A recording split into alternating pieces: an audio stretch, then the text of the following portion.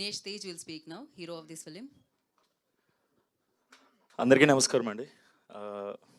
ఎక్కువ టైం తీసుకున్నాను, don't worry.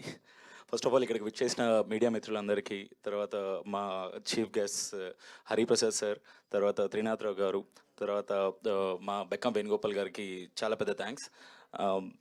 And movie team గురించి ప్రతి ఒక్కరు థ్యాంక్స్ చెప్పారు. సో అందరికీ పేరు పేరున ఒక్కొక్కరి గురించి చెప్పాలని చాలా టైం తీసుకుంటుంది. I will talk in the pre release event. So అందరికీ పేరు పేరున థ్యాంక్ యూ సో మచ్ అండి. You made the movie best.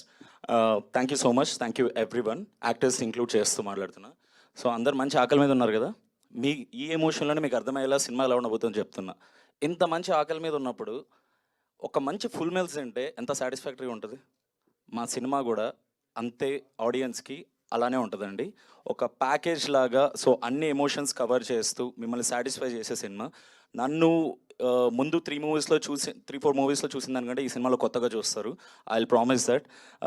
And ఈరోజు చాలా స్పెషల్ నాకు, October 18th. ఎందుకంటే 5 years బ్యాక్ నా ఫస్ట్ సినిమా ట్రైలర్ కూడా ఇవాళ రిలీజ్ అయింది.